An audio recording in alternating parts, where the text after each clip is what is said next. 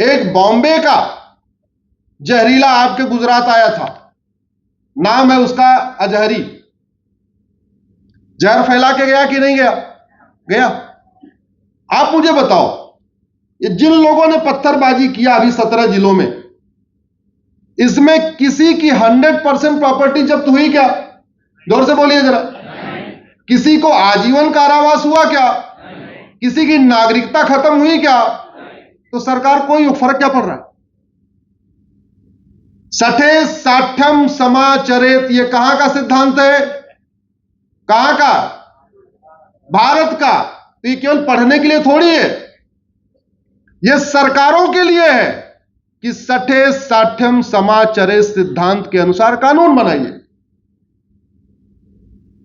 जब 2015 में पहली बार पत्थरबाजी हुई थी ना, उसी समय एक कानून बनाया होता कि जो पत्थरबाजी करेगा उसकी 100% प्रॉपर्टी जब्त करेंगे, नागरिकता खत्म करेंगे और आजीवन कारावास देंगे।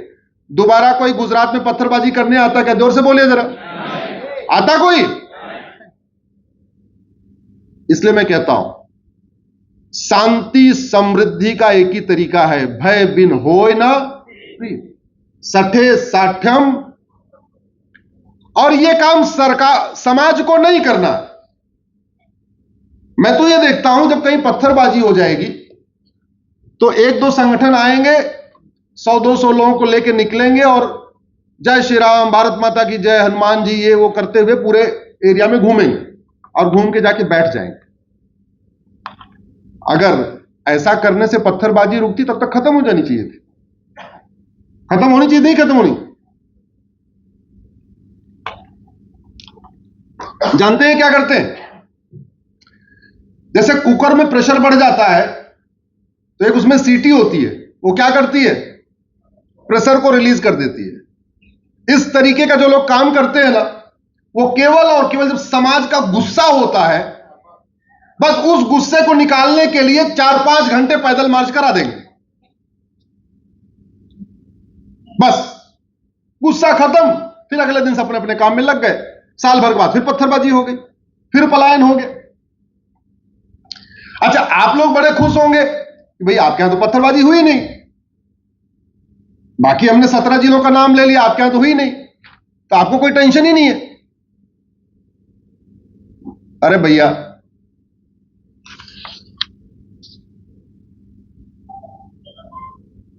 उन्नीस 1947 में आडवाणी जी मेरे समझ से 22 साल के रहे होंगे, 22 साल के रहे होंगे। उन्होंने जुलाई में सोचा होगा क्या? 1947 की जुलाई में आडवाणी जी ने सोचा होगा कि अगस्त में हमें भागना पड़ेगा? जोर से बोलिए जरा। 1947 के जुलाई में क्या राम जेठमलानी जी ने सोचा होगा भागना पड़ेगा? क्या मनमोहन सिंह ने सोचा होगा भारत भागना पड़ेगा? क्या पृथ्वीराज कपूर ने सोचा होगा भागना पड़ेगा? क्या मिल्खा सिंह ने सोचा होगा भागना पड़ेगा? क्या लाला अमरनाथ ने सोचा होगा भागना पड़ेगा? क्या ये ऋतिक रोशन के दादा रोशन साहब ने सोचा होगा भागना पड़ेगा? भागे कि नहीं भागे? अगले महीने, एक ही महीने बाद, जुलाई में नहीं सोचा होगा भागना पड़ेगा, अगस्त में भागे।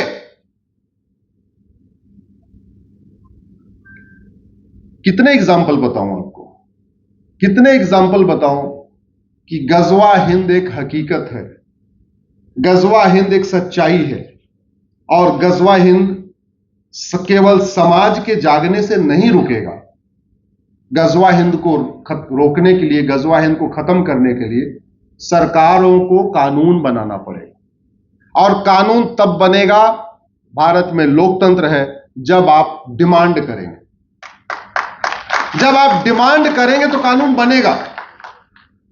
आइए, मैं गारंटी के साथ कह सकता हूं, मैं बार बार लोगों को सड़क पे बुलाता नहीं हूं, लेकिन मैंने 2021 में मैंने लोगों को, पूरे देश के लोगों से कहा है, आइए दिल्ली आइए सब लोग। और मैं धन्यवाद दूंगा 2021 में जो लोग आए थे दिल्ली, लगभग 50,000 लोग दिल्ली आ गए। और मुझे इस बात की संतुष्टि है कि मैं कहीं गया नहीं था, केवल फेसबुक के माध्यम से, ट्विटर के माध्यम से, यूट्यूब के माध्यम से मैंने कहा था दिल्ली आइए। 8 अगस्त के लिए सब लोग दिल्ली इकट्ठा होते हैं। 8 अगस्त इसलिए मैंने कहा था, 8 अगस्त भारत छोड़ो आंदोलन की वर्षगांठ है। और एक हमने संकल्प लिया था अंग्रेजी कानूनों को खत्म कराएंगे। 8 अगस्त को पूरा दिल्ली जाम हो गया, इतनी भीड़ बढ़ गई कि पूरा दिल्ली मतलब एक तरीके से थम गया था। 50,000 लोग जंतर मंतर के 5-7 किलोमीटर के एरिया में आ गए, सब गाड़ी मोटर ऑटो सब बंद हो गया वहां पे। हालांकि उसके बाद कुछ लोगों ने बदमाशी किया, एक वीडियो बना दिया, उस वीडियो के कारण मैं गिरफ्तार हुआ। जो स्वामी जी कह रहे थे मैं तिहाड़ गया, एक दिन मैं तिहाड़ में रहा, आराम से ही रहा, और क्या भाई, जहां रहो आराम से ही रहो। लेकिन मुझे लगता है शायद वो पब्लिक का सेंटीमेंट था कि वो पब्लिक का सेंटीमेंट ऊपर तक पहुंचा, और जहां 2014 के पहले केवल और केवल 100 अंग्रेजी कानून खत्म हुए थे, 2014 से 24 में 1,500 अंग्रेजी कानून खत्म हुए। इसका मतलब ऊपर वालों को समझ में आया कि ये पब्लिक चाहती क्या है। दूसरा एग्जांपल देता हूं, कश्मीर में अशांति थी कि नहीं, आतंकवाद था, पलायन हुआ, एक धारा खत्म हुई, कश्मीर में शांति आ गई कि नहीं? अब बताइए, सरकारें ज्यादा पावरफुल होती है कानून? एक धारा खत्म हुई, कश्मीर में शांति। ऐसे में कहता हूं, मैंने 25 घटिया कानूनों की लिस्ट बनाई है, वो 25 कानून खत्म कर दिए जाए, भारत से गजवा हिंद खत्म हो जाएगा, पूरी तरीके से खत्म हो जाएगा।